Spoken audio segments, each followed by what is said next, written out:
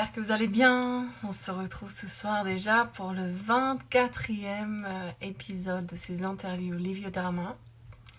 Ce soir avec une invitée qui s'appelle Marie Fayard, que j'ai hâte de vous présenter. Et moi j'ai hâte aussi d'en découvrir un petit peu plus sur sa vie, son parcours et ce qui l'anime dans ce qu'elle est et ce qu'elle fait. On va découvrir quel est son dharma et elle va nous partager des expériences de vie qui vont, je l'espère, vous inspirer à en faire autant.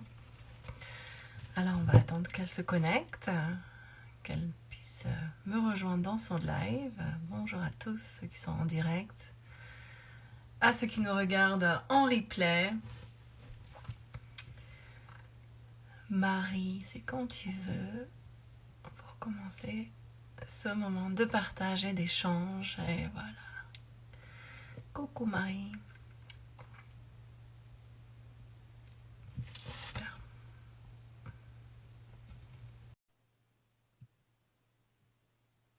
Alors, est-ce que ça fonctionne? Est-ce que c'est un de ces soirs? Ah ouais, super. Bonsoir, Salut, tu vas bien? ça va et toi? Ça va bien, ouais. Je me rends compte que j'ai les yeux un peu parce que j'ai passé la journée devant l'écran en formation. Ah Mais, oui, mais c'était passionnant, donc c'est pas grave. Et puis je suis très contente de te retrouver ce soir et d'en savoir plus sur ton parcours de vie. Donc je me réjouis, je suis très contente. avec joie. Merci de m'avoir invitée. Bah écoute, avec plaisir. Je te connais pas personnellement, mais voilà, le monde du yoga fait que nos chemins se sont croisés sur Instagram. C'est Et ça, c'est ça. Bon, pourtant, on n'était pas très loin, hein. J'étais à Marseille jusqu'à il y a peu. Toi, tu es à Montpellier, il me oui, semble. ouais. Ouais, puis j'étais Et- à Aix quand j'ai commencé, donc on était encore moins loin. Ah ouais, bah tu vois. Et voilà, aujourd'hui je suis un peu plus loin en Isère, mais c'est pas grave. L'idée c'est d'interviewer des personnes où qu'elles soient. Et des personnes, donc le thème de ce soir c'est toujours le même en fait, c'est le dharma, donc ce terme qu'on retrouve dans la philosophie du yoga, qui a plusieurs significations, qui ne sont pas toujours faciles à traduire avec des mots, et encore plus en Ouais. français je trouve. Mhm. D'où l'idée de ces interviews, de pouvoir mettre en image ce terme avec des parcours, des expériences de vie et inspirer tout un chacun à tout simplement vivre sa vérité à lui parce qu'on a chacun un dharma qui est juste de vivre une vie qui nous comble vraiment. C'est ça. Voilà. C'est pas, ça veut pas dire que c'est rose tous les jours, ça veut pas dire qu'il n'y a pas de challenge et d'apprentissage sur le chemin, mais et puis on l'abordera peut-être, enfin même sûrement plus à la fin de la vidéo, de l'interview, mais j'aime beaucoup parler justement de sa synchronicité et de ces messages que la vie nous envoie justement quand on est enfin sur le bon chemin, sachant que en disant ça, j'aime pas cette notion de bon ou mauvais chemin parce que de toute façon on est en chemin. Euh, mais voilà, il y a juste des expériences qui nous remplissent plus, qui nous correspondent plus et souvent la vie se charge de nous faire savoir Oui, quand c'est la, le chemin qui va nous faire grandir le plus, voilà, dans le confort ou l'inconfort. Donc on va parler de tout ça ce soir.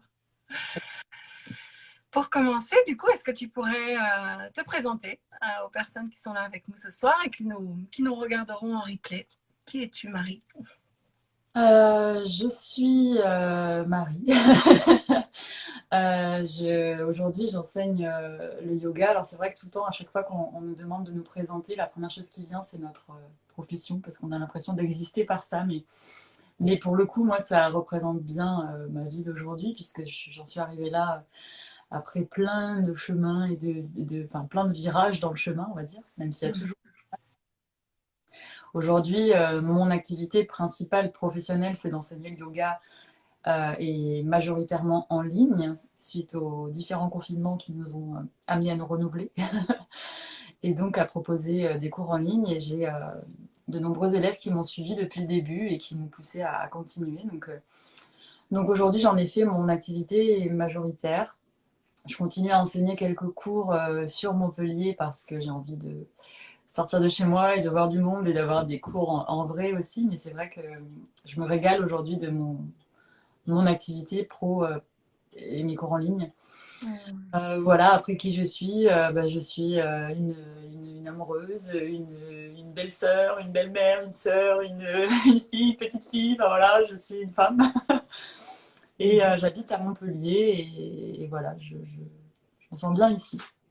Pareil, Mm. pas mal de détours et de chemins et de recherches.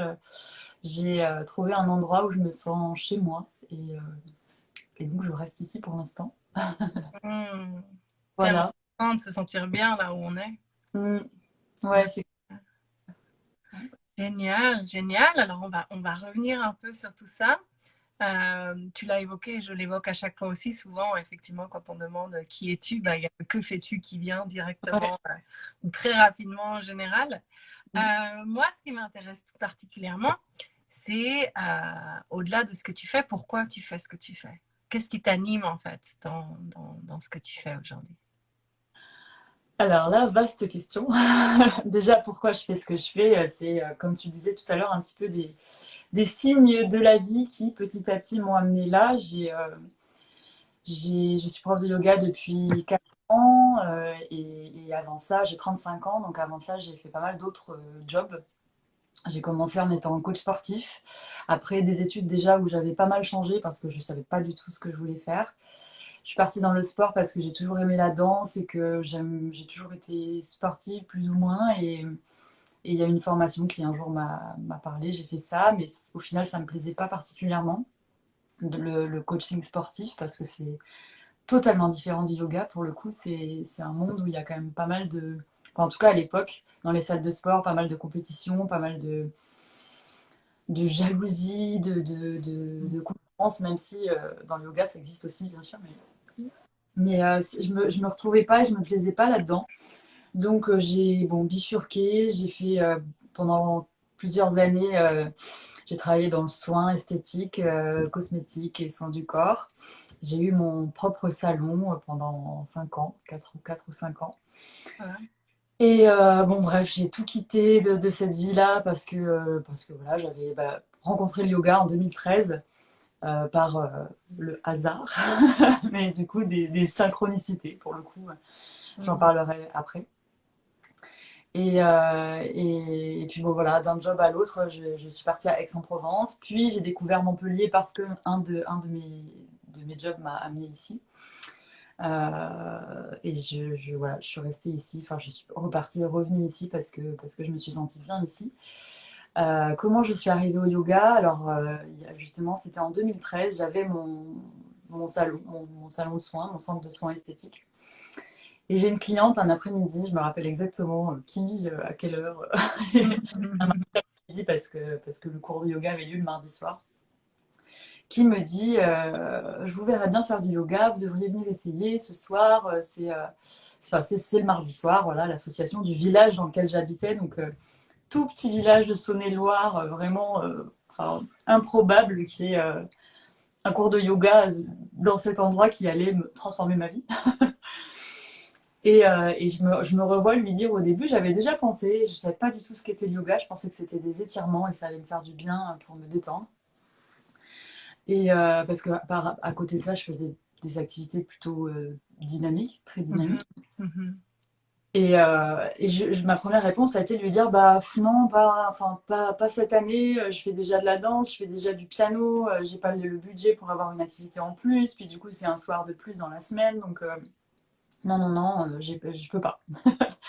Et elle a insisté en me disant, mais venez essayer, le cours d'essai est gratuit, venez vraiment essayer. Elle a vraiment insisté, puis je me suis dit, bon, après tout, pourquoi pas, j'y vais.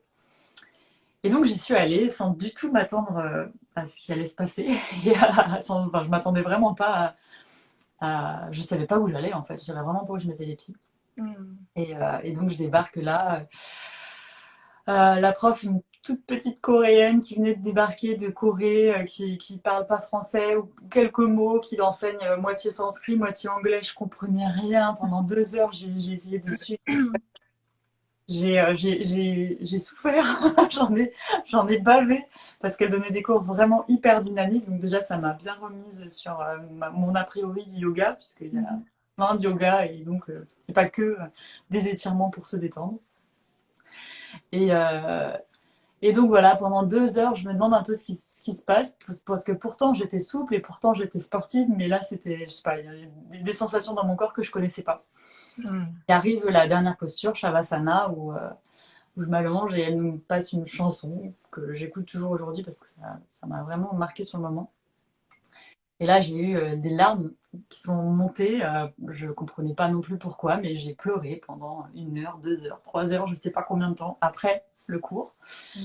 Elle m'a vue, elle m'a même pas trop, enfin, trop rien dit en fait, parce que je pense qu'elle a juste compris que voilà, il se passait un truc qu'elle avait sûrement déjà vécu avant moi. Et je suis rentrée chez moi et puis j'ai laissé faire le truc et puis j'ai reparlé à ma cliente en lui disant, ma cliente de l'après-midi qui m'avait dit venez essayer, en Mm. lui disant bon bah à mardi prochain. Et là elle m'a dit bah non non, c'était fin novembre. Elle m'a dit non non, venez dès le prochain trimestre en janvier parce que ça fonctionne au trimestre donc. Et je lui ai répondu non non non, je viens mardi prochain, je m'en fiche de payer plus cher. Je... Mm. Et donc j'ai commencé comme ça à pratiquer. Une fois par semaine. Puis ça ne me suffisait pas. J'ai demandé à ce qu'on ouvre un deuxième créneau. On a ouvert un deuxième créneau et j'y allais 2 fois par semaine. Et puis dès qu'il y avait les vacances scolaires, je la faisais venir à domicile parce que je ne pouvais plus m'arrêter. Mm. J'ai pratiqué vraiment 1 an, 2 ans, 3 ans comme ça hyper régulièrement jusqu'à ce que ça devienne quelque chose de quotidien. Je commençais à pratiquer à la maison, à regarder un peu des vidéos en plus de mes cours.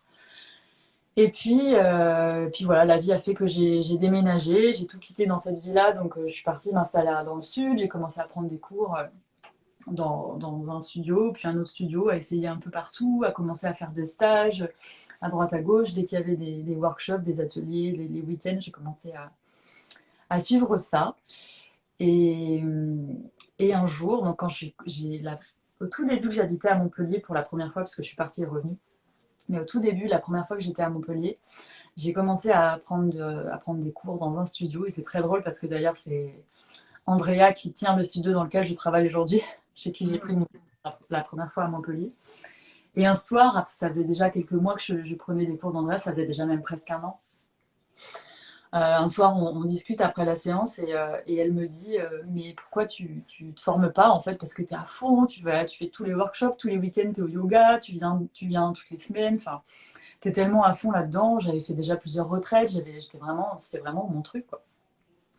Mais j'avais pas trop pensé à enseigner. Ça m'avait déjà traversé l'esprit. J'avais déjà quelques proches qui m'avaient dit pourquoi tu ne fais pas une formation, t'aimes tellement ça. Puis quand on parle, enfin, on voit qu'il y a un truc, que c'est ton truc, quoi. Donc pourquoi tu te formes pas? Et puis bon, j'y avais un peu pensé et j'avais, alors déjà d'un côté, le- le syndrome de l'imposteur, est-ce que je vais être légitime, pourquoi moi, etc., etc.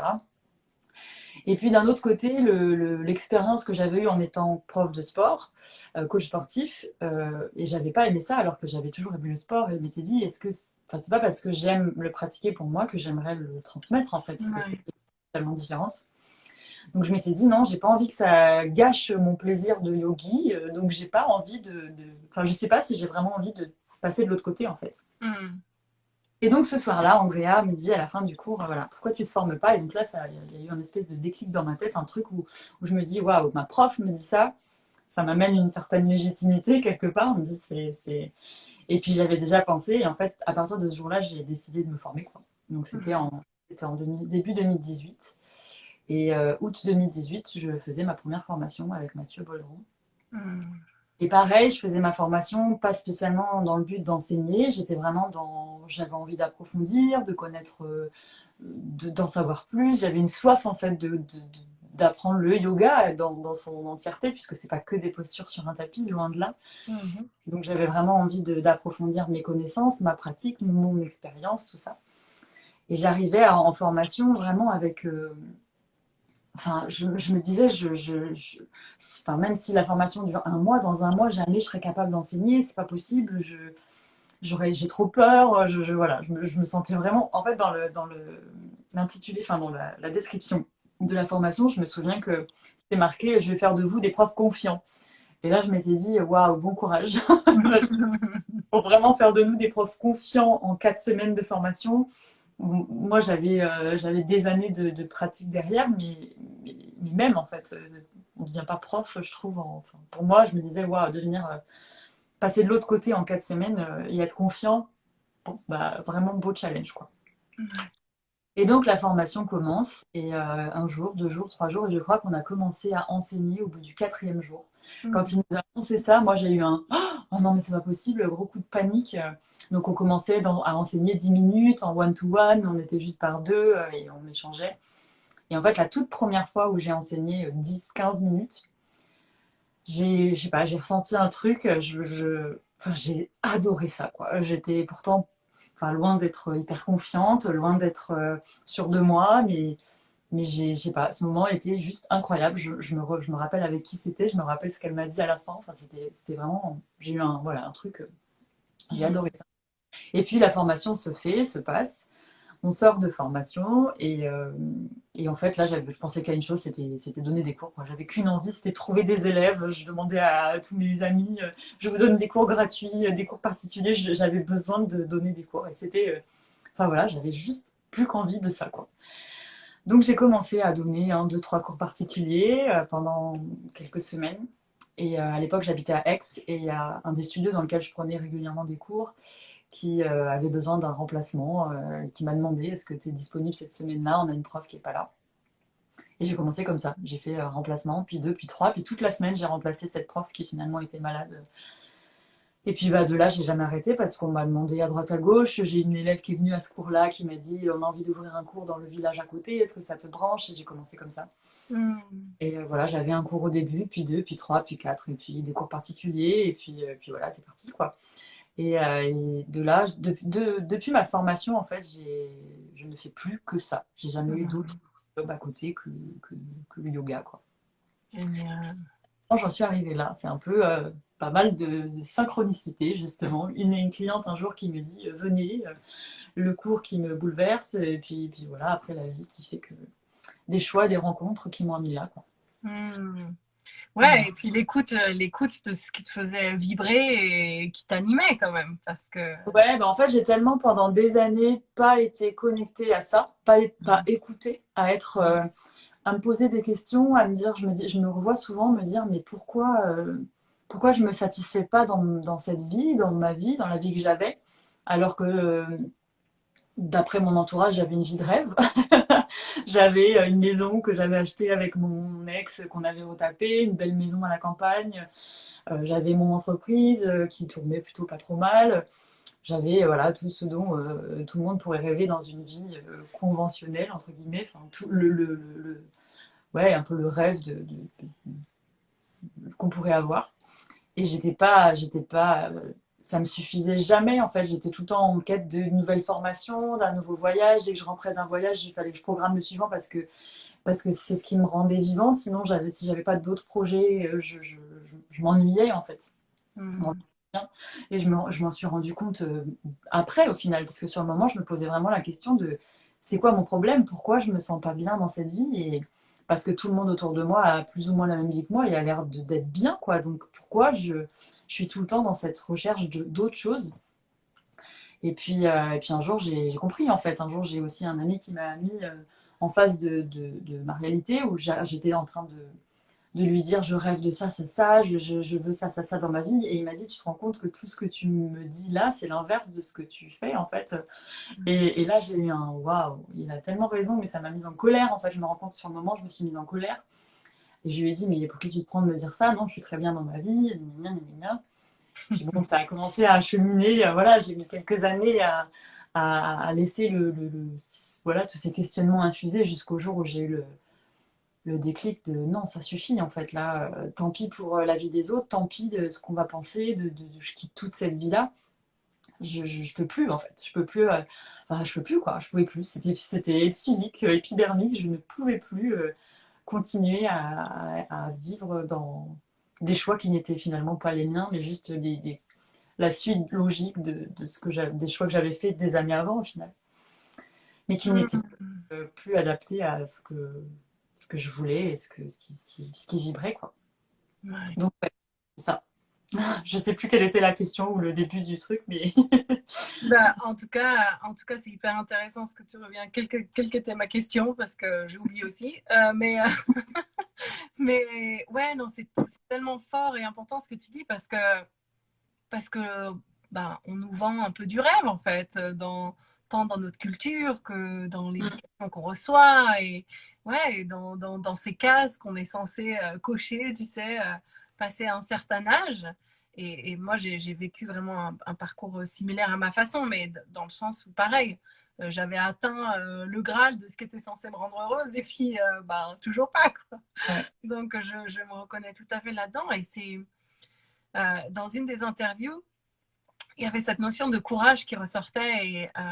Parce que là, ce que j'allais dire, c'est que pour beaucoup, ça paraît courageux, en fait, d'oser finalement tout envoyer balader ou voilà, mettre tout ça de côté, alors que ça paraît voilà, comme étant la clé du bonheur pour beaucoup.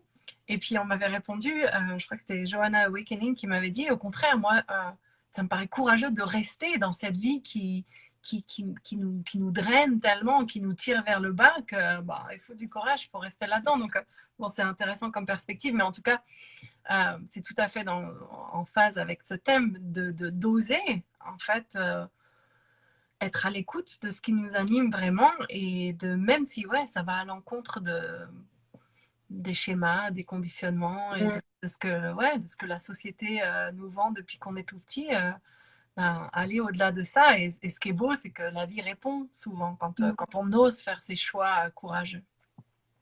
Ouais, c'est ça. Je suis vraiment d'accord avec justement les deux. Le fait que ça demande du courage de tout quitter, mais qu'aussi ce soit courageux de rester dans quelque chose qui ne nous convient pas. Parce que moi aussi, on me l'a souvent dit, oh là là, quel courage de tout plaquer, d'affronter la vie des autres, même s'ils sont pas, enfin, des autres qui sont pas d'accord, surtout.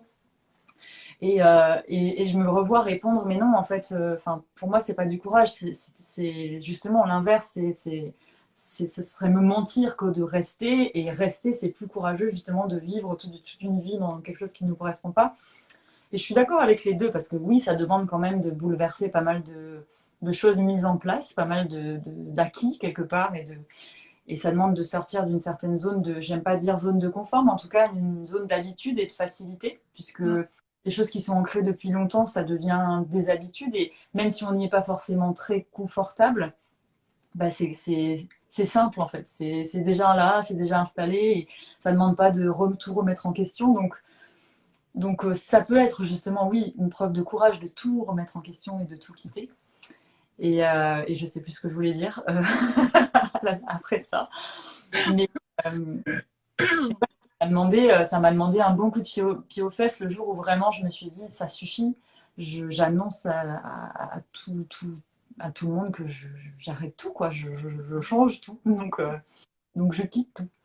Et, euh, et ça m'a demandé une bonne dose de courage. Mais après ça, et le jour où je l'ai dit, d'ailleurs, même le fait de le dire, j'ai eu un espèce de soulagement, de sourire du matin au soir sans savoir pourquoi. Et après, des opportunités, des choses qui se présentent. Alors, c'est pas, rien ne s'est servi sur un plateau du jour au lendemain. Mais c'est vrai que le fait d'avoir fait des choix, de partir, d'aller à droite, à gauche, bah, une rencontre, et puis en entraînant une autre, et ainsi de suite, bah, j'ai finalement, oui, pas eu de difficulté plus que ça à suivre le chemin, quoi, et à en faire un métier aujourd'hui.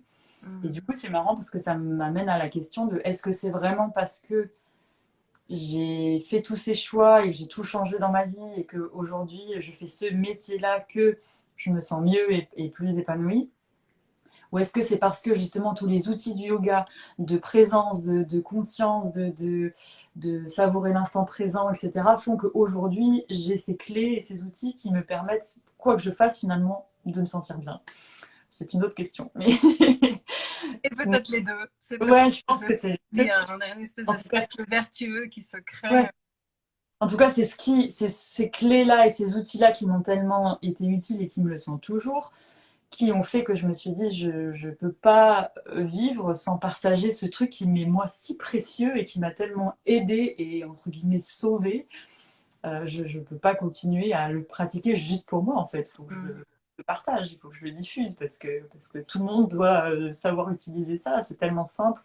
Ouais. Et voilà. C'est Ouais, tellement... du coup, ça vient boucler avec le pourquoi tu fais ce que tu fais. Du coup, comment tu pourrais mettre en mots justement le- l'amour de transmettre, enfin, en gros, que t'as apporté le yoga et pourquoi justement tu as autant à cœur de le transmettre. Alors, que m'a apporté le yoga? Bah, en fait, il m'a vraiment, au début, en tout cas, le gros truc du début, c'est le bouleversement, je pense, c'est d'apprendre à m'écouter, en fait, juste à reconnecter avec le corps. Et pourtant, j'étais pas spécialement déconnectée du corps parce que j'ai beaucoup pratiqué la danse, j'adore la danse, mais j'avais pas cette conscience, cette écoute, cette conscience du souffle, cette conscience des signes du corps. J'étais complètement coupée de ça, j'avais jamais mal nulle part, j'avais jamais mal au ventre, j'avais jamais mal à la tête, j'avais jamais rien. Et je pense pas parce que mon corps ne me manifestait rien, je pense juste que j'étais coupée de ça. Mm.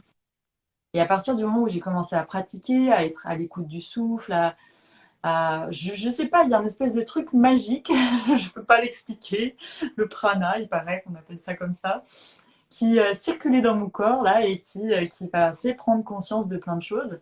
Et effectivement, me poser des questions de pourquoi est-ce que je fais ça, de vraiment mettre de la conscience sur les choix, sur les choix surtout, hein, d'ailleurs, pourquoi je vais à droite et pas à gauche, pourquoi est-ce que j'ai vraiment envie de faire ça, qu'est-ce que j'ai vraiment envie de manger, comment j'ai vraiment envie de me sentir aujourd'hui, est-ce que j'ai vraiment envie de rendre ce service à cette personne que j'aime particulièrement alors que ça va me pomper toute mon énergie alors que je suis déjà fatiguée, enfin, des questions simples au final.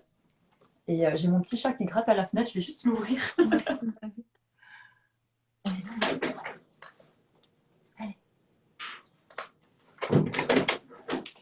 Et donc, voilà, ça m'a apporté principalement au début cette reconnexion au corps. Et puis, petit à petit, je me suis vraiment plus intéressée à la pratique du souffle, le pranayama et d'autres techniques. Euh, et vraiment, aujourd'hui, ce qui m'anime encore le plus dans le yoga et tout ce qui tourne autour, c'est la présence et la conscience du mouvement. Pourquoi je fais ce mouvement, comment je pose mon pied, comment je pose ma main, comment je respire pendant que je pose ma main. Et la présence, le fait d'être en présence, que ce soit quand je pratique ou quand je cuisine ou quand je lis ou quand je fais quoi que ce soit. Parce que du coup, le fait d'être dans le présent, on nous évite d'être dans le passé, nous évite d'être dans le futur, donc dans les projections, les angoisses et dans les regrets et les culpabilités. Et le fait d'être présent là maintenant, ben pour moi, c'est la clé du fait d'être heureux, hein, parce que le mental se met un peu en veilleuse et que quand le mental se met en veilleuse, souvent tout va bien, quoi.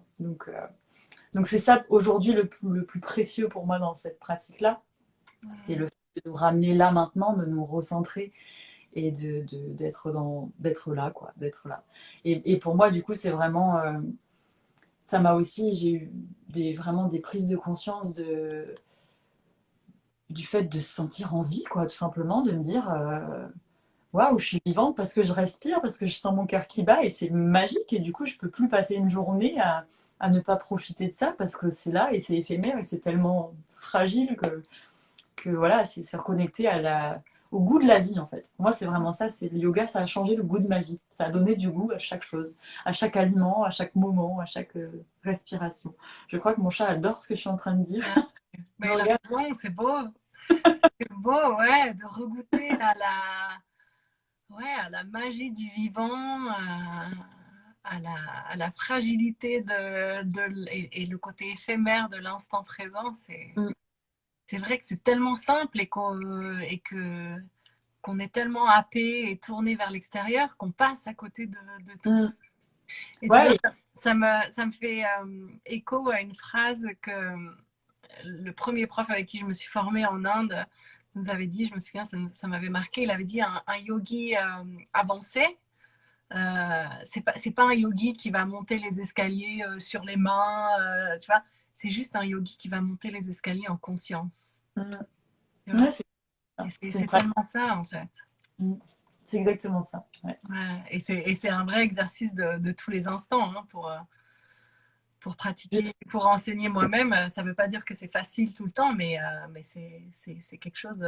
ouais, c'est un exercice de tout, de chaque instant. Ouais, c'est ça. C'est pour ça que Mm. là déborde bien au-delà de la pratique posturale et du tapis. Vraiment. Voilà, c'est ramener la conscience et la présence dans tout ce qu'on fait. Ouais. Mais sans même en avoir conscience au début, en fait. Je trouve que ça se fait finalement, enfin, en tout cas pour moi, ça s'est fait petit à petit parce que quand j'ai commencé, j'avais pas conscience de tout ça.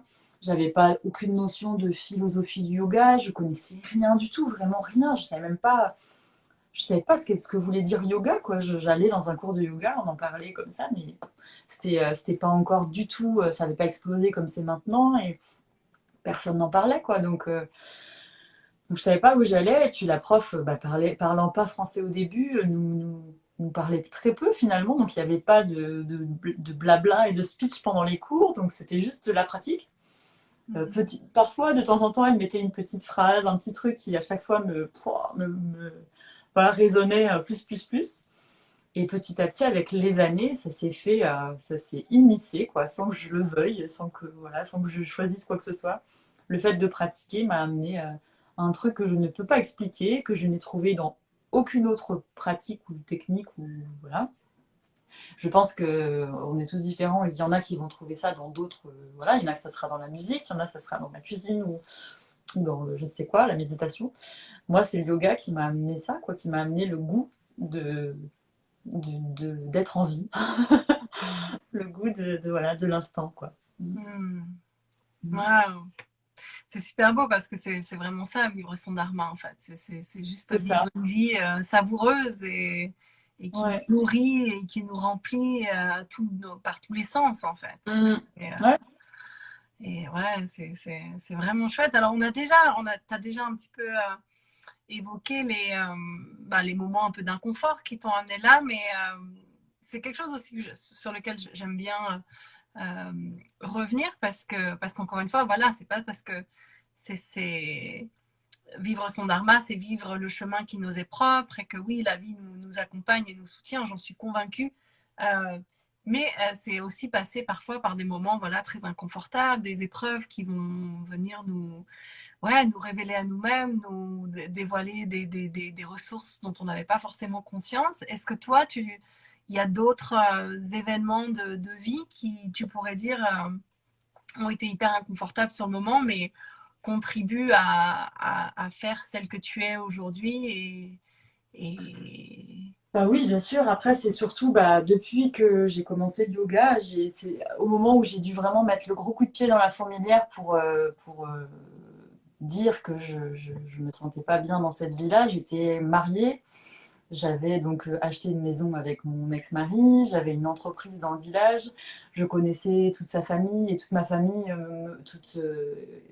le connaissait depuis 10 ans. Enfin voilà, il y avait des choses ancrées vraiment depuis longtemps. Et m'imaginer annoncer à mes parents, m'imaginer annoncer à sa mère, m'imaginer dire que je pars du village, enfin tout ça, ça a mis des mois à process dans ma tête. Mm. Et, euh, et voilà, le jour où vraiment ça a été décidé, en fait, le plus dur, c'était avant de faire le choix. Une fois que j'ai fait le choix dans ma tête, tout le reste, c'était fluide. C'était simple parce que c'était décidé et que j'avais lâché du coup ce poids dans le mental. Et vu que la décision était prise, bah voilà, je l'ai annoncé. Je l'ai annoncé à mes parents, je me rappelle, je tremblais avant d'y aller. La première fois où j'ai appelé ma mère pour lui dire... non, la première fois où j'ai voulu y aller, j'arrive entre midi et deux pendant ma pause, je débarque chez mes parents et là, je crois que c'est une amie de ma mère qui débarque, enfin je sais plus, où il y a eu un truc qui a fait que j'ai pas pu leur annoncer à ce moment-là. Donc et donc il fallait que je reparte au boulot. Et donc j'ai envoyé un texto à ma mère en lui disant, enfin quand je sors à 17h, je viens vous voir, j'ai quelque chose à vous dire. Je me suis dit comme ça au moins, moi j'ai plus le choix et puis eux ils m'attendent et ils sont disponibles. Et ma mère m'avait répondu un peu en panique, mais tout va bien, rien de grave. Je dis non, non, t'inquiète pas, rien de grave. Mais voilà, j'ai quelque chose à dire à 17h, donc soyez là et soyez disponibles. Mm. Et j'arrive chez mes parents à 17h.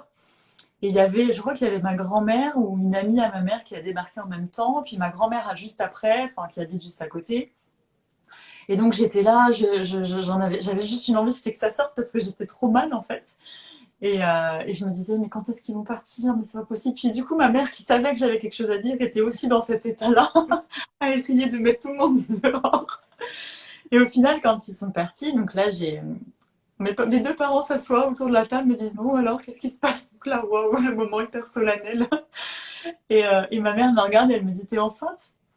J'ai dit non. Je t'ai dit que j'avais quelque chose à vous dire. J'ai pas dit que c'était une bonne nouvelle, enfin, même si ça pouvait pas être forcément une bonne nouvelle. Mais... Et elle m'a dit, tu divorces? Et là, j'ai dit, waouh, comment t'es passé d'un extrême à l'autre, du coup, parce que entre t'es enceinte et tu divorces.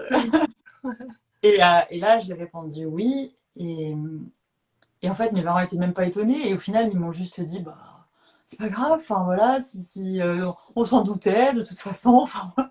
Alors que je me faisais une montagne, je me disais, mais je vais bouleverser tout le monde. Bon, je me souviens quand même quand je l'ai un peu annoncé à des copines, avoir des larmes et des trucs. Mais non, c'est pas possible, pas vous, machin. Et en fait, après, ça, voilà, ça a découlé une fois que je l'ai dit à mes parents. Il y a quelques personnes auprès de qui je le redoutais parce que je sentais le jugement, ou je sentais le. J'ai entendu deux, trois fois, mais t'es folle, tu te rends compte de ce que tu quittes, t'as une belle maison, t'as ci, t'as ça. Et je répondais, bah ouais, super, j'ai une belle maison, mais je suis pas bien dedans, donc je fais quoi? Je reste dedans toute ma vie parce que c'est une belle maison? Bah non, quoi. Et puis au contraire, j'avais d'autres personnes qui me disaient, mais vas-y, mais fonce, mais c'est tellement courageux, mais à ton âge, j'aurais tellement rêvé, j'aurais tellement dû faire la même chose, et voilà, et t'as raison, et écoute-toi, et vas-y. Donc voilà, j'ai eu des moments comme ça d'inconfort, c'était rien de très dramatique, mais ouais, le moment où tu décides de tout changer, quoi, de tout quitter, toutes tes habitudes, tout ce que tu as construit. Et en fait, c'est le saut dans le vide qui fait peur. Et le deuxième vrai inconfort que j'ai ressenti depuis ça, parce qu'il y a eu plein de petits moments, parce que bah, du coup, tu te demandes comment tu vas vivre, comment tu vas manger à la fin du mois, comment. Bon, bah, j'ai toujours rebondi, trouvé un petit job qui a comblé le temps d'eux, enfin voilà. Et le deuxième gros moment d'inconfort, ça a été quand j'ai annoncé à mon dernier job avant, du coup, d'être prof de yoga, que j'arrêtais. Enfin, la décision, pareil, la décision de quitter ce job-là, parce que c'était un CDI, où j'étais bien payée, où j'avais plein d'avantages, où j'avais une certaine liberté, même si je travaillais beaucoup, mais j'étais commerciale et j'organisais mon emploi du temps comme je voulais. J'avais une super équipe, j'avais un chef génial. Et je bossais pour des produits que j'aimais vraiment beaucoup. Donc c'était quand même quelque chose de très chouette pour moi. C'était un super job que j'ai adoré faire. Et donc le jour où j'ai réalisé, où je me suis dit, mais attends, là tu vas te former, tu vas donc faire un 200 heures de yoga et tu vas revenir de ça et tu vas reprendre le boulot comme une folle, 70 heures par semaine à parcourir toutes les routes. Et à quoi t'aura servi la formation? Parce que tu n'auras pas le temps de faire quoi que ce soit d'autre en fait. Et donc j'étais devant mon chef et je lui ai dit, j'arrête. Au moment où j'ai décidé ça, en fait, j'étais devant lui.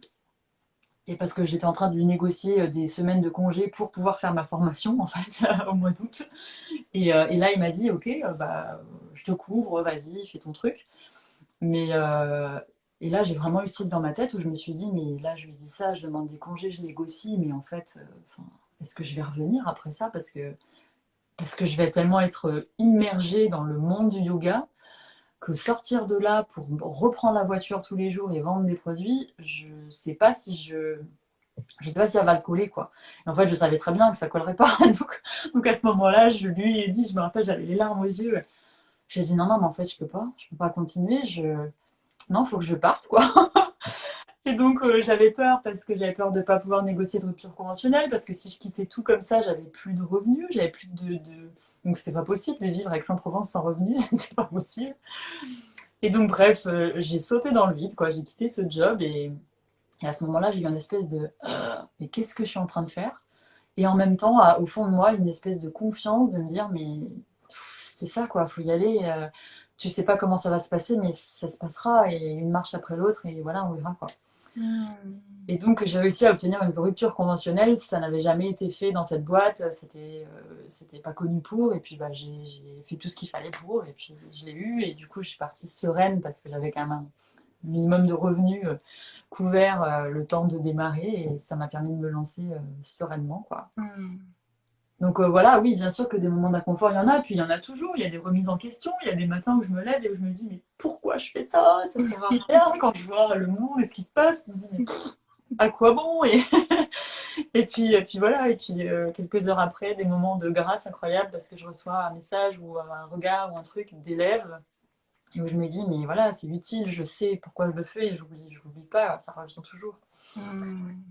Donc ouais, la vie quoi, les hauts, les bas, les vagues, les moments d'inconfort et les moments de grâce. Ah, c'est ça, c'est ça. Ouais, waouh, c'est tellement, ouais, j'aime tellement ces interviews parce que, en fait, tout parcours de vie est magnifique et bah voilà, là, c'est vrai que le tien tout particulièrement parce que d'oser faire ces sauts dans le vide, d'oser tout lâcher, encore une fois, ce qui paraît, ouais, comme la réussite extérieure, mais c'est pas parce que on atteint ça qu'on se sent qu'on réussit à l'intérieur Non, non, c'est clair. et ça c'est tellement précieux et c'est beau parce que déjà tu nous dis que dans tes challenges il y avait déjà des synchronicités, déjà la vie qui conspire à te, tu vois, le fait que tu aies eu ta rupture conventionnelle alors que ça se faisait pas, c'est la vie qui te dit ouais vas-y c'est par là que Ouais, ça c'est passe clair, mais pour en fait, toi. il y a eu aussi, j'ai vraiment eu un. En fait, je partais dans l'état d'esprit négatif, entre guillemets, où j'étais persuadée que j'aurais jamais de rupture conventionnelle. Parce que je m'étais disputée avec la DRH qui m'avait dit, de toute façon, pas la peine de demander une rupture. Si t'es pas content, tu démissionnes. Si tu veux partir, tu démissionnes, etc. Merci Coralie. Et, euh, et donc, je partais dans cet état d'esprit. Et quand j'étais face à mon chef, je lui ai dit, mais enfin, moi, je peux pas démissionner. En fait, je peux pas tout quitter comme ça et ne pas avoir de revenus derrière. C'est pas possible. Et mon chef m'a dit, mais qui t'a dit que tu n'aurais pas une rupture? Et là, je lui dis, bah, la DRH. Il me dit, mais comment ça? C'est pas à elle de décider, c'est pas elle ta boss, c'est pas elle qui décide qui négocie des ruptures ou pas. Il dit, donc moi, je vais essayer de te la négocier et je vais te faire passer le truc. Et puis après, j'y suis allée au culot. Donc, du coup, ça m'a changé le mindset où je me suis dit, mais après tout, oui, pourquoi pas? Si je pars du principe que je l'aurai jamais, j'ai failli même ne pas la demander, en fait. Hmm. Et donc, je me suis dit, mais si je demande pas, de toute façon, je risque pas de l'avoir. Donc, autant demander et puis on verra. Et puis après, j'y suis allée vraiment au culot en disant que c'était dans leur intérêt de me l'accepter, puisque il vaut mieux ça qu'un salarié qui arrête de travailler et qui leur fait perdre des milliers d'euros par mois, puisque je leur apportais des dizaines de milliers d'euros par mois. Donc, je me suis dit, si j'arrête parce que demain, enfin, je veux leur faire pression, bah, je vais leur faire perdre des dizaines de milliers d'euros par mois. Donc, je leur ai dit, c'est tout dans votre intérêt de l'accepter. Ça va vous coûter pas grand-chose parce que je n'étais pas là depuis longtemps. Et au moins, je pars sans faire de vagues, il n'y a pas de conflit, il n'y a pas de truc, tout le monde est content. Parce qu'avant ça, il y avait eu quelques histoires qui ont fait que j'étais un peu en position de force quand même, parce qu'ils m'avaient refusé quelque chose qui était illégal au final, enfin, ils n'avaient pas le droit de me refuser ça. Et donc, je me suis dit, après tout, vu tout ce que j'ai donné pour ce job, voilà, la roue va tourner, quoi. Hmm. Donc j'ai négocié ça, mais parce que j'ai décidé en fait. J'ai décidé que j'allais avoir la rupture au final. Je me suis dit, je peux pas partir sans, donc je vais l'avoir. Et je l'ai eu. Ouais. Bon, parfois il faut provoquer un peu les choses, mais parfois aussi la vie nous dit, allez vas-y quoi, fonce, c'est Hmm. maintenant. Ouais, non, c'est hyper important ce que tu dis parce que bah, le mindset, ça joue tellement en fait. Notre état d'esprit et ouais, notre intention dans ce qu'on fait et notre conviction de faire notre mieux en fait pour obtenir ce Ouais. qu'on souhaite obtenir, c'est tellement important. Et en Et, tout cas de tout essayer, parce que parfois on part découragé en se disant mais de toute façon ça sert à rien, il y a jamais eu, enfin là pour le coup c'était il y a jamais eu de rupture conventionnelle dans cette boîte. La dernière qui est partie avant moi, ça a fini au prud'homme, ça s'est très mal fini. Euh, Donc voilà, j'aurais pu rester dans la lignée de ce qui était jusqu'à maintenant et me dire bon, c'est même pas la peine. Et puis un jour, enfin vraiment, j'ai eu ce truc où je me suis dit mais après tout, pourquoi pas au final. Enfin, si je demande pas, c'est pas et j'ai aucun risque à demander. ouais, c'est Euh, ça, c'est ça.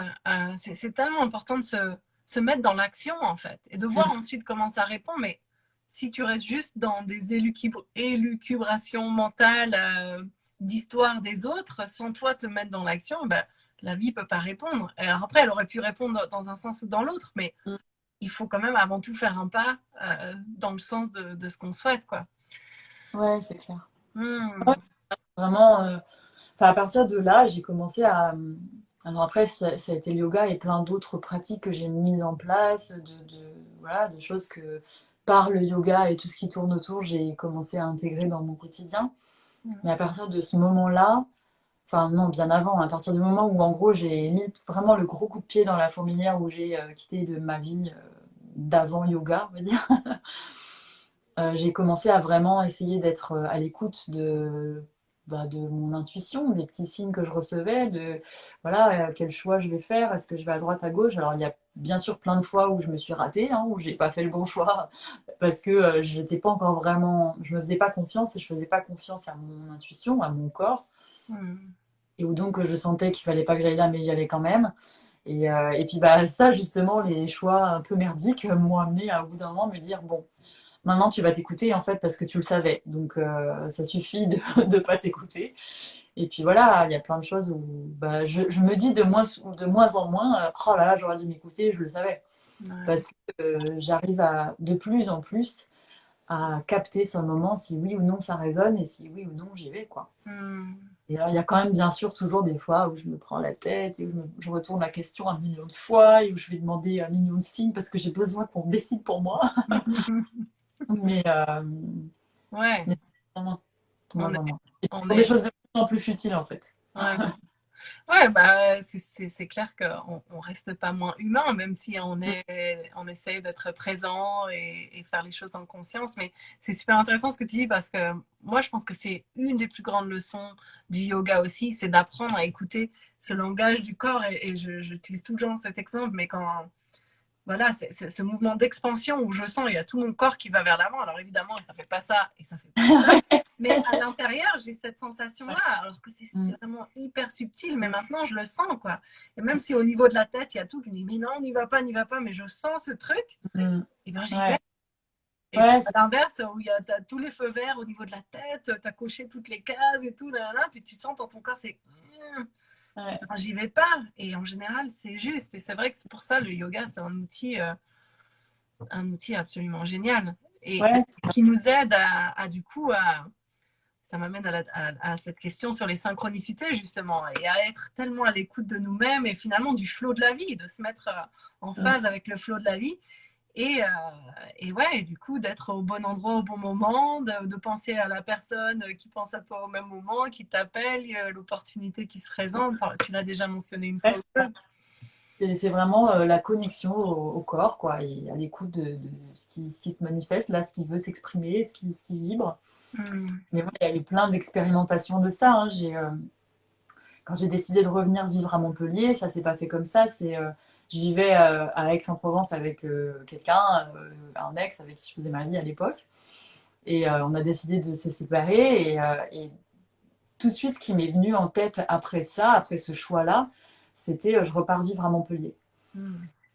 Et donc, j'ai pas décidé tout de suite, j'ai laissé faire le temps. Mais le jour où j'ai eu cette idée-là, je me suis réveillée avec cette idée dans la tête de Montpellier, Montpellier, Montpellier. Parce qu'en fait, quand donc je vivais à Aix-en-Provence, j'ai choisi de accepter cette offre de job de commercial qui m'imposait de vivre sur mon secteur, et donc Montpellier faisait partie de mon secteur. Donc je suis partie vivre à Montpellier la première fois complètement à contre-cœur, parce que mon job m'imposait d'être sur le secteur et que c'était la ville la plus attractive du secteur. Donc je suis partie vraiment à contre-cœur parce que j'avais une idée de cette région où ça me plaisait pas. J'aimais pas, j'étais venue en vacances à 20 ans, à 18 ans, non, c'était pas mon truc, voilà. Mais je connaissais pas en fait, enfin je connaissais très peu, j'avais vécu une semaine à Palavas-les-Flots à 17 ans. Donc voilà, enfin. Dans un camping. Mais j'avais une idée dans ma tête, ça me plaisait pas, quoi. Et, euh, et donc je vais à Montpellier la première fois pour ce job à contre-cœur. Et en fait, en arrivant à Montpellier, révélation, quoi. J'ai tout de suite rencontré des gens que j'ai adorés, des amis qui sont toujours des amis aujourd'hui. Ça a été facile de rencontrer des gens. C'était facile et je me sentais chez moi. Alors que finalement, à Aix, je me suis jamais vraiment sentie chez moi. J'y étais pas, j'avais pas d'amis à moi. J'avais des amis par procuration, en fait. J'avais pas ce truc où c'était au final beaucoup plus fluide à Montpellier. Et puis je suis repartie de Montpellier à l'époque, voilà. Donc quand on a décidé de se séparer, j'étais de retour à Aix, je vivais à Aix, et je me suis dit, il y a Montpellier dans ma tête. Il y avait Montpellier. Ça avait été un peu dur pour moi de requitter Montpellier au final alors que j'avais pas envie d'y arriver. C'est un peu comme le bienvenue chez les ch'tis. On veut pas y aller, on veut repartir. Ça avait été un peu dur pour moi parce que j'avais des amis ici, parce que je me sentais bien ici. J'avais vraiment un groupe de copines et j'avais pas envie de partir. Et donc tout de suite, c'est le truc qui m'est venu, c'est je repars à Montpellier. Alors, mes élèves là qui m'écoutent, ils connaissent cette histoire par cœur. Mais désolée, vous allez encore l'entendre encore une fois. Euh, donc je me réveille un matin avec cette idée. Et, euh, et là, j'ai le mental tout de suite qui commence à me dire ouais, mais du coup, ça faisait quasiment un an que j'enseignais le yoga à Aix. Ça commençait à être fluide, je commençais à en vivre, à en vivoter, mais ça me permettait de payer mon loyer et de manger. Donc ça commençait à être quand même plutôt stable et confortable. J'avais pas mal d'élèves, j'avais pas mal de cours, ça prenait pas mal. Et donc tout de suite dans ma tête, j'ai eu ce truc de waouh, va falloir tout recommencer en fait. Parce que bah, quand on est indépendant, il faut se faire connaître, il faut tâtonner au début, donner un cours, puis deux, puis trois, et puis ça prend du temps. Mm. Donc j'avais cette peur du coup de me dire oh là là, ça veut dire qu'il faut encore une fois que je quitte tout et que je recommence tout. En fait, c'était plutôt l'énergie que ça me demandait où je me disais, ça m'avait un peu découragée de me dire t'as déjà tout quitté une fois, deux fois, et là tu recommences et il faut encore tout recommencer. Donc j'avais ce côté mental là qui me disait t'es sûr c'est une bonne idée. Et puis aussi le deuxième côté de oh là là, retrouver un logement alors que tu es indépendante, que tu viens de débarquer, donc en fait tu as zéro revenu, hein, en tout cas zéro garantie. Donc qui est-ce qui va me faire confiance et va me louer un appart à Montpellier toute seule? Je connais personne, enfin je connais pas assez de monde en tout cas pour avoir un réseau qui va me permettre de trouver un logement. Donc j'ai le mental là qui escalade, hein, vraiment, qui gna gna gna gna gna gna gna gna. Oui. Et ce jour-là, je contacte, c'est trop marrant parce que du coup, quand tu vas savoir la suite de l'histoire, c'est marrant. Je contacte une fille que je connais, qui est prof de yoga à Montpellier, en lui disant, écoute, j'envisage dans ma tête peut-être de revenir vivre à Montpellier, comment ça se passe pour les profs de yoga. Et là, elle me répond, c'est la galère, on est trop mal payé, on est beaucoup trop, du coup, il n'y a pas assez de boulot, tout le monde a un deuxième job à côté, franchement, c'est compliqué pour les profs de yoga à Montpellier. Donc là, moi, ça vient m'en rajouter une couche sur le truc de c'est galère, trouver des cours, recommencer à zéro, trouver un appart, en plus, c'est galère pour tous les profs. Bon, je laisse tomber, c'est une idée de merde, pardon pour la vulgarité, vraiment, c'est ce que je me suis dit. Je laisse tomber cette idée. Je suis bien à Aix, j'ai plein d'élèves, je vais trouver un appart, ça va le faire, je suis très bien ici, j'adore Aix, voilà. Tout va bien, tout va bien. Donc voilà, je laisse tomber mon idée. Et puis il se passe un mois, deux mois, et un matin je me réveille avec une obsession dans ma tête. Montpellier, vraiment quoi, c'est que je sais pas, j'ai dû en rêver toute la nuit où je me réveille le matin et je me dis mais j'ai envie d'y aller quoi. Donc ce jour-là, c'est trop marrant parce que j'ai contacté deux autres copines, pas du tout les mêmes, dont une prof de yoga qui est une amie à moi ici. Et je lui dis, je sais pas, là j'avais cette idée, puis au final non, mais parce qu'on m'a dit que c'était galère, mais j'arrête pas d'y penser, j'ai envie de revenir. Et elle me dit, mais trop bien, mais reviens, mais vas-y, mais tu verras, ça va le faire. Oui, ça prendra un peu de temps, mais moi aujourd'hui, j'ai envie. Et puis voilà, enfin, tu verras, reviens, c'est trop cool, je vais te présenter des gens, je connais plein de monde, je connais des lieux, tu vas pouvoir donner des cours ici, ici. Donc là, je me dis, ok, c'est pas du tout la même vibe déjà qu'il y a 2 mois quand je lui ai demandé est-ce que je vais à Montpellier. Et le même jour, j'écris à une copine à moi qui vit à Montpellier et je lui dis, je crois que je vais revenir, mais ça me fait un peu flipper, il va falloir que je trouve un appart, qui est-ce qui va me faire confiance? Et là, elle me dit, écoute, moi, j'ai envie d'acheter un appart et de le mettre en location, je te le loue, j'achète un appart, je te le loue, je te fais confiance.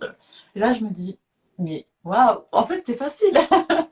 En fait, il suffit que je sais pas, c'était mon état d'esprit qui était différent ce jour-là aussi. Et c'est marrant parce que je reçois en même moment un message de cette personne. Et, et du coup, là, je me suis dit ce jour-là, bon, je prends pas ma décision tout de suite, je laisse passer 2, 3 jours et puis je vais regarder un peu les signes que la vie va me présenter pendant ces 2, 3 jours. Est-ce que j'y vais, est-ce que j'y vais pas? Donc j'envoie cette question dans l'espace en disant donnez-moi des signes, est-ce que je vais à Montpellier? Et là, ça a été énorme. On y croit, on n'y croit pas, mais j'ai un petit oracle, un petit jeu de cartes, j'aime bien tirer de temps en temps. 3 jours de suite, j'ai tiré la même carte. qui nous dit vous avez eu une merveilleuse idée, allez-y. Donc là, je me dis, bon, le message est plutôt clair par rapport à la question que j'ai posée. Ça semble. Et je me dis, mais 3 jours de suite, il y a 45 cartes dans ce jeu, je tire celle-là. Donc ça m'aiguille un petit peu. Et puis pareil, j'allume jamais la télé. À ce moment-là, je sais pas ce qui m'a appris, j'allume la télé. En gros, dans les titres de chaînes d'infos, c'était marqué Montpellier, je ne sais quoi. Je me balade dans la rue d'Aix, je croise plein de gens, des milliers de personnes, et j'entends dans une conversation le mot Montpellier qui passe comme ça. Enfin, vraiment des trucs où je me suis dit, bon, bah là, c'est d'une évidence, j'y vais, quoi. J'y vais, et puis on verra, et voilà. Et puis si ça marche pas dans le yoga, je trouverai un job à côté pour le temps de me faire connaître et d'en vivre. Et en fait, bah, voilà, j'ai débarqué à Montpellier et j'ai vécu du yoga en un mois, quoi. Parce qu'au final, enfin, j'ai commencé à louer un espace, à donner un cours particulier, 2, 3, et puis au final, c'est parti super vite, quoi. Et donc voilà. Donc en fait, c'est fou de voir comme le mental qui va se poser plein de questions, peser le pour et le contre, argumenter, te dire mais et te mettre dans la peur, au final, de faire penser à des choses que tu n'aurais pas pensé. Vient prendre le dessus sur une idée qui était là au début et qui était juste lumineuse et j'ai juste envie d'y aller et voilà. Donc les signes, voilà. C'est bien d'être connecté à ça, à ces idées qui nous passent parfois par la tête. Toi, tu parlais d'expansion dans la poitrine ou voilà, de repli. Moi, pas spécialement ces sensations-là que j'ai. Je pense que chacun est différent et chacun on aura nos signes différemment. Mais en tout cas, c'est là chez tout le monde. Et plus on est à l'écoute du corps et connecté à ça, plus on va pouvoir faire nos choix en fonction de ce qui vibre ou pas pour nous, en fait. Et ça, je pense que c'est la clé pour vivre son dharma, pour être sur son chemin juste. Absolument, absolument, ouais, que la vie vraiment, ça j'en suis convaincue, nous soutient. Comme tu as dit, tu poses une intention et tu demandes. Et voilà, il faut être dans à nouveau cette présence et cette conscience pour pouvoir les recevoir aussi, ces signes. Mais ils sont là, ils sont là. Oui, parce qu'après, il y a certainement eu ce week-end-là plein d'autres signes qui auraient pu me dire n'y va pas. Mais j'ai vu cela en fait. Et c'est ça les signes au final. C'est parce que mon regard il s'est posé là-dessus parce que c'est ce que je voulais au final et j'avais juste envie d'être confortée dans ce choix quoi. Ouais. Et aujourd'hui, tu regrettes pas non, peut-être fait confiance. Non. Et, je suis revenue à Montpellier il y a 2 ans et demi. Et il y a eu aussi plein de virages et plein de moments de wow. Mais non, non, vraiment, je regrette pas du tout. Je suis hyper heureuse d'être ici et je suis hyper bien ici. Génial, génial. Du coup, tu en as déjà donné pas mal, mais est-ce que tu aurais un petit conseil pour les personnes qui nous regardent sur justement comment eux aussi peut-être oser prendre ces actions qui donnent un peu le tournis, trouver ce courage ou quoi que ce soit qui peut les aider à s'aligner à leur dharma? Bah, c'est pas évident. C'est pas évident, mais le conseil que j'ai donné parfois à des amis qui étaient un peu perdus, c'est d'essayer vraiment d'écouter ce qui se passe dedans et pas ce qu'on nous dit dehors en fait. Parce que les amis, les proches, même les personnes les plus proches de nous, ne sont pas nous en fait et fonctionnent pas forcément comme nous. Donc c'est pas, ça peut être bienveillant de vouloir donner des conseils, mais souvent on va projeter nos propres peurs, nos propres mécanismes, et donc c'est pas ce qui nous correspond au final. Donc voilà, le conseil c'est vraiment d'essayer de bien sûr prendre en compte ce que les gens qui nous aiment nous disent, mais d'essayer en tout cas de voir ce qui résonne pour nous, parce que bah, il n'y a que nous qui puissions savoir ce qui est bon pour moi, il n'y a que moi qui peux le savoir. Même mon amoureux, ma soeur, ma meilleure amie va me dire je te connais et c'est ça que tu dois faire. Il n'y a que moi qui peux savoir en fait. Donc c'est ça le conseil que je pourrais donner, c'est d'essayer de trouver une technique, un truc, votre truc qui va faire que vous allez réussir à couper de l'extérieur pour écouter ce qui se passe dedans.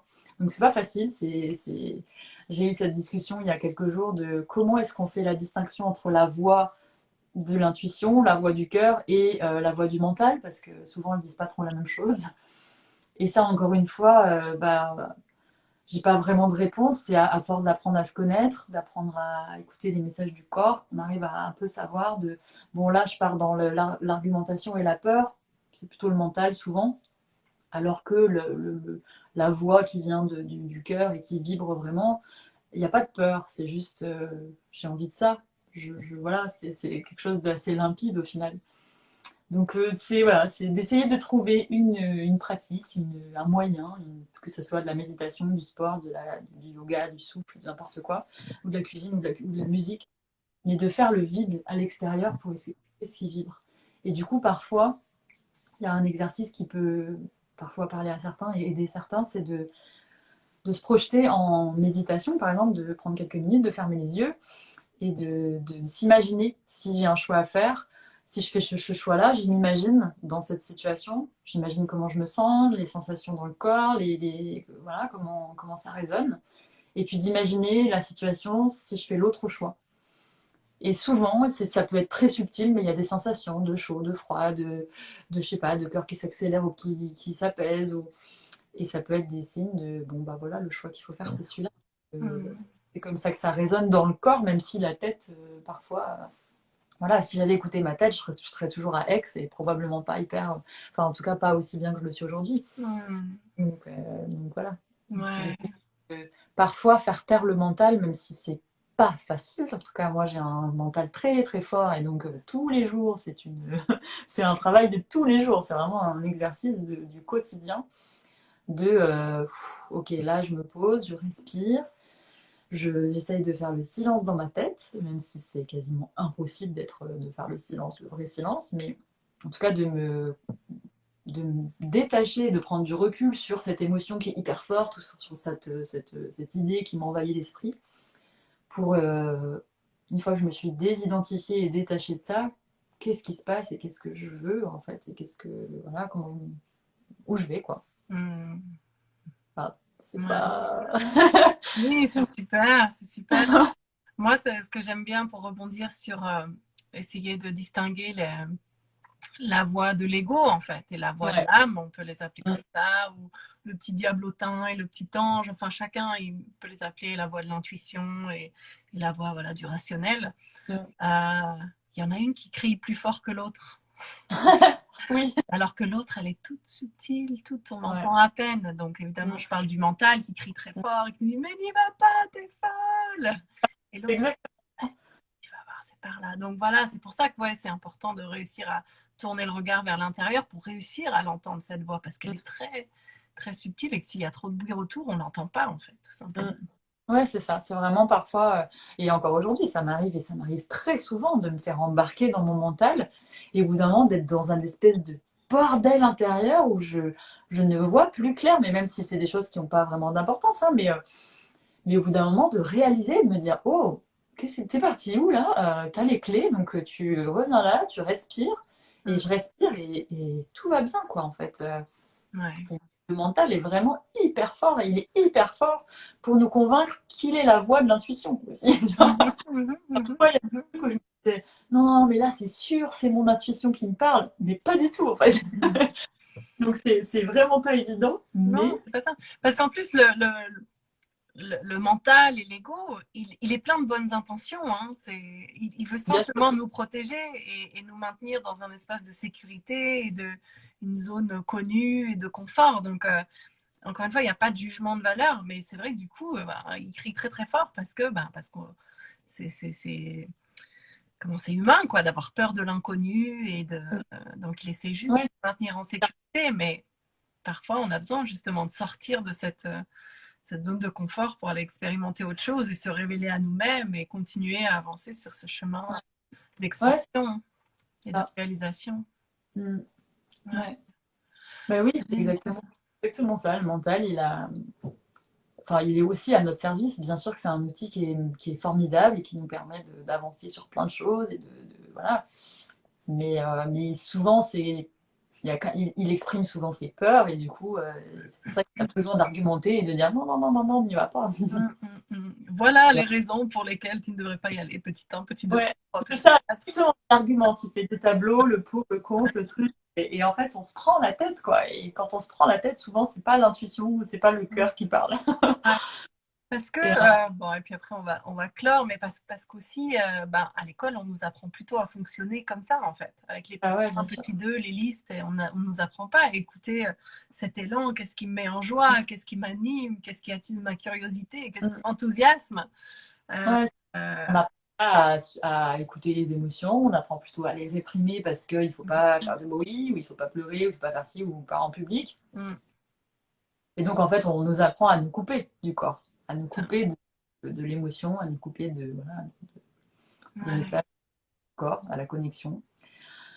Donc, c'est toute une déconstruction, enfin moi en tout cas, ça a été toute une déconstruction de sortir de certains schémas, de certaines croyances, et il y en a encore aujourd'hui et je continue à en déconstruire. Mais en tout cas, c'est tout un chemin inverse pour revenir au final à ce qu'on avait quand on est né, hein, parce qu'on est né avec cette connexion au corps et avec cette intuition et cette capacité à exprimer des émotions. Un bébé, il s'en fout d'être en public, il pleure, il rigole, il s'en fout. Hein, ça, ces codes-là, ouais. oui, c'est C'est vrai que désapprendre pour ouais, réapprendre. Mm. c'est ça, Ouais, exactement. Désapprendre, déconstruire et reconstruire. ouais, Mais c'est intéressant. C'est hyper intéressant aussi de voir comment, quel schéma nous suivent, quoi, et quel schéma on suit, et de comprendre comment on fonctionne, pourquoi, et de déconstruire. C'est hyper, hyper c'est riche. enrichissant. Ouais, ouais, c'est ça. Super, bah écoute, ça sera le mot de la fin pour ce soir. Merci beaucoup. Est-ce que du coup, bah, tu peux partager un peu ton actualité ou retrouver tes cours en ligne, voilà, pour ceux qui t'ont Alors, découvert ben, ce soir. en ligne, ça se passe sur mon site internet, mariefayardyoga.com. Essentiellement, je donne 2 cours en live par semaine et puis il y a plein de contenus dispo en plus pour faire un peu à la carte en fonction des besoins du jour, du matin, du soir, du bureau, etc. Génial. Euh, voilà, j'ai plusieurs formules d'abonnement aussi pour les différents budgets, les différents besoins et les différentes disponibilités. Super. Et puis, bah, sinon, ça sera essentiellement à Montpellier, pour l'instant au studio Slow. Et voilà. Et puis, j'organise de temps en temps des ateliers, des retraites. Pour l'instant, j'ai pas de date de prévue. Je suis en train de travailler sur quelques futurs projets, ateliers et retraite, mais c'est pas encore fixé, c'est pas encore annoncé. Mais tout est sur mon site, tout est sur mes réseaux sociaux. Je communique pas mal sur Instagram et indirectement sur Facebook. Voilà. Bah, Donc, si vous me suivez ici sur Instagram, vous aurez en général toutes les infos. génial. Eh ben, n'hésitez pas à suivre Marie. Je vois qu'il y a des petits messages de remerciement. Ouais, Merci à vous qui nous a... Ouf, fin de journée. Bref, merci à ceux qui étaient là ce soir en live. Et oui, en général, c'est vrai que je ne prends pas tellement de temps de regarder les commentaires pour vraiment rester dans le présent de l'interview. Mais si vous avez des questions, n'hésitez pas. Marie, c'était OK qu'on te contacte aussi oui, bien sûr. en Bien sûr. message. Voilà. J'ai vu passer aussi plein de commentaires auxquels j'ai pas répondu sur le moment. Mais en tout cas, merci pour vos petits mots. Ouais, Merci, merci beaucoup. je reconnais plein de personnes. Super. Et Donc c'est voilà, cool. n'hésitez pas à nous recontacter en direct si vous avez des questions ou ouais, si vous avez simplement envie d'échanger sur quoi que ce soit. Merci infiniment, Marie. Merci à De toi. ce beau moment de Ouais. partage. Je le remettrai en replay et puis Mhm. en général, je les mets aussi sur YouTube, donc je t'enverrai le lien si ça t'intéresse. Ok, Voilà. super. Merci tout le monde, bonne soirée et à très bientôt. Salut Marie. Salut, bye.